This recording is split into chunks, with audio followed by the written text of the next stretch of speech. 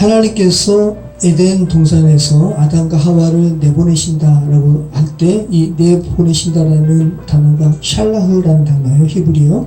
아담이 손을 들어 생명나무의 신과를 따먹고 이렇게 염려하시는 문장에 아담이 손을 들어 라는 이 단어도 샬라흐라는 단어를 손을 들어라는 것으로 번역을 했어요.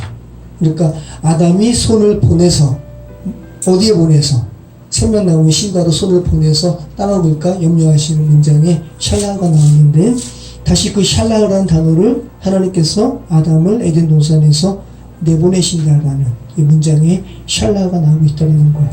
죄로 인해서 죽은 인간이 이 세상에서 보내고 보냄을 받는 그러한 죄성이 펼쳐지는 것이 우리가 살아가는 세상이죠. 그죠? 죄성 가운데 어떤 사람을 보내잖아요. 해하려고 보내고 사기치려고 보내고 그죠? 근데 하나님의 보내심은 살리시기 위한 보내심이라는 거 다시 한번 기억하시기 바라요. 사무엘하 11장에 보면은 샬라흐라는 이 동사를 사용해서 성군이었던 다윗이 어떻게 타락하고 죽어가는지 그리고 그 죽은 다윗을 어떻게 하나님께서 살리시는지를 샬라흐라는 단어 가지고 이렇게 쓰고 있거든요. 그것을 유진 피터슨이 통찰력 있게 주목해요. 여러분이 지금 다윗과 밧세바의 기사를 알잖아요. 자, 한번 제가 말씀을 드릴 테니까 한번 이렇게 연상해 보세요. 다윗의 그 이스라엘 군대는 지금 적과 싸우고 있거든요. 다윗이 한가롭게 이렇게 궁정을 거닐다가 아래를 이렇게 보다 보니까 어떤 여인이 목욕하고 있는 거예요. 너무 아름다워 보여가지고 다윗이 샬라흐라는 동사를 사용해요. 누구를 보내죠?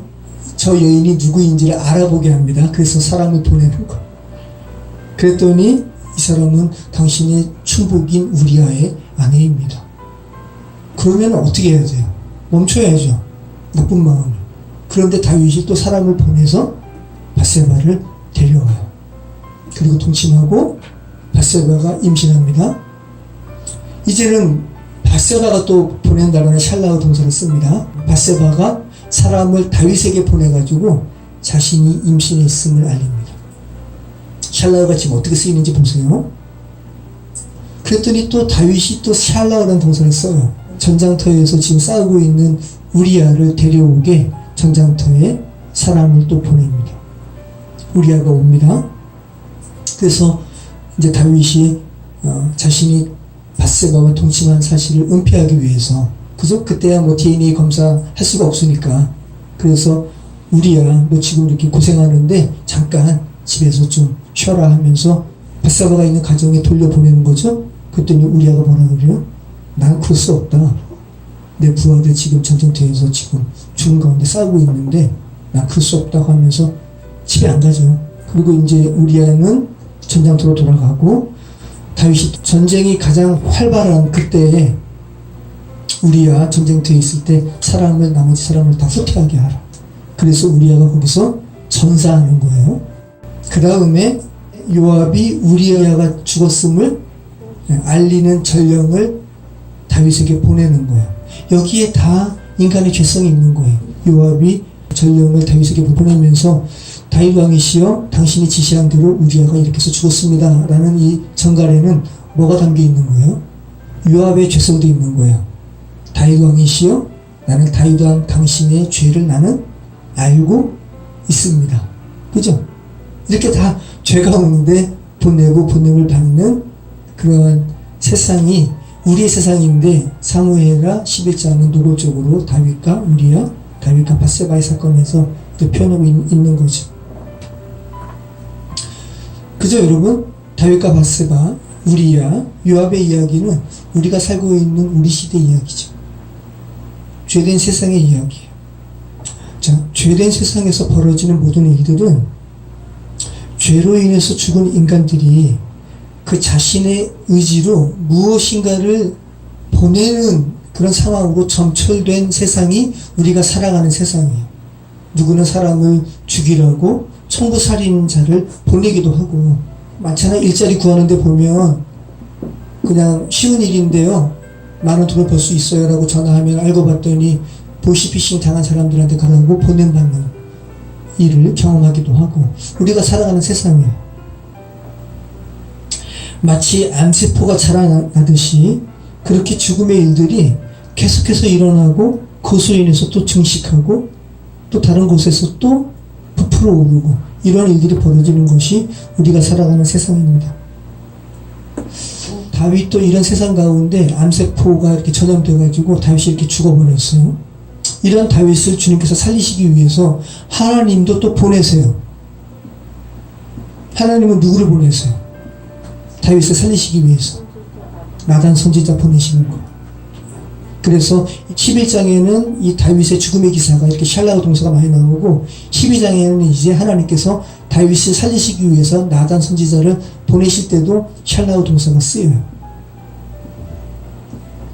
나단 선지자를 보내셔서 주께서 살리십니다. 자, 인간의 보냄은 죄로 인한 죽음의 증세를 보내는 것이 인간의 보냄이고 하나님의 보냄은 철저하게 살리시기 위한 보냄이라는 거, 이런 분명히 생각하시기 바래요. 기억하시기 바래요. 네, 그래서 오늘 아담과 하와를 에덴 동산에서 보내시는 이 하나님의 행위는 살리시기 위한 보내심이라는 거. 네. 자, 어떤 단어가 성경에 처음 쓰이는 것은 굉장히 중요하다고 그랬습니다. 그 상황을 설명하고 있기 때문에 그 단어가. 자, 창세기 3장의 이 살라흐의 이 이야기가 우리가 지금 제가 말씀드린 사무엘하 11장의 살라흐의 이야기죠. 자, 그럼 이 샬라흐라는 단어가 인간의 죄성을 고발하는 창세기 3장에 처음 나왔죠? 그럼 샬라흐라는 단어가 히브리어 단어니까 샬라흐라는 이 히브리어 단어가 구약 성경에서 가장 마지막에 나오는 본문은 어디일까요? 말라기에 나와요. 말라기에 하나님께서 선지자를 내가 보낼게 라는 장면에 샬라흐가 나와요. 얼마나 놀랍습니까? 하나님의 보내심은 어떠한 보내심이라고요? 우리를 살리시기 위한 보내심. 보라, 여호와의 크고 두려운 날이 이르기 전에 내가 선지 엘리야를 너희에게 보내리니 그가 아비의 마음을 자녀에게로 돌이키게 하고 자녀들의 마음을 그들의 아비에게로 돌이키게 하리라. 돌이키지 아니하면 두렵건대 내가 와서 저주로 그 땅을 칠까 하노라 하시니라. 네, 아비의 마음을 자녀에게로 돌이키게 하고 자녀들의 마음을 아비에게로 돌이키게 하는 것이 뭐예요? 그 죽은 자녀를 살리시겠다라는 하나님의 마음이죠. 이렇게 하기 위해서 하나님의 마음을 가르쳐줄 선지자 내가 보낼게. 그죠? 그러면서 엘리야를 언급하지만 이 엘리야는 누구예요? 예수님의 오시기를 예비한 세례 요한을 말씀하고 있는 거예요. 여기에 인간을 살리시기 위해서 하나님께서 보내신다는 구절에 샬라라는 동사가 마지막으로 쓰이고 있어요. 창세기 3장의 인간의 죄성을 또 이 샬라라는 동사가 정확하게 극복하는 구절에 샬라라는 동사가 말라기 말씀에 쓰이고 있다는 것. 자, 그렇다면 여러분 신약은 어떨까요? 신약은 이 보낸다라는 이 단어가 샬라가 아니겠죠? 샬라는 히브리어 단어니까 신약은 헬라어로 쓰여졌습니다. 그럼 헬라어에서 보낸다라는 단어가 뭘까요? 펜포라는 단어예요. 펜포. 자, 그러면 제가 똑같이 샬라우를 처음과 나중에 검색을 해봤어요. 그 다음에 헬라어로 보낸다는 말이 뭘까? 검색해서 다시 한번 찾아봤어요. 그러니까 구약이랑 똑같아요. 인간의 죄성을 고발하는 구절에 펜포라는 말이 처음 쓰여요. 그리고 인간의 죄성을 회복과 관련된 구절에 또 펜포가 쓰이고 있어요. 너무 놀랍잖아요. 자, 마태복음 2장 8절에서만 볼까요? 베들레헴으로 보내며 이르되 가서 아기에 대하여 자세히 알아보고 찾거든 내게 구하여 나도 가서 그에게 경배하게 하라. 이게 뭐냐 하면 동방박사가 별을 보고 이제 아기 예수님 탄생을 기념하려고 이제 왔는데 헤롯을 이제 만난 거죠. 근데 헤롯이 너 왜 왔어? 라고 이렇게 물어봤을 때 동방박사가 이러이러해서 이스라엘의 왕이 나셨다. 그에게 경배하려고 우리가 왔습니다. 라고 할 때 헤롯이 거짓으로 그를 보내는 거예요. 헤롯이 동방박사들을 아기 예수를 찾으라고 보내는 이유는 뭐예요? 그 아기 예수 죽여줬고. 그러니까 인간의 죄성이 가장 먼저 담긴 보낸다라는 이 펜포가 이 구절에 처음 쓰였다고요. 자, 그러면 이 펜포라는 말이 신약에서 가장 마지막으로 쓰인 것은 뭘까요?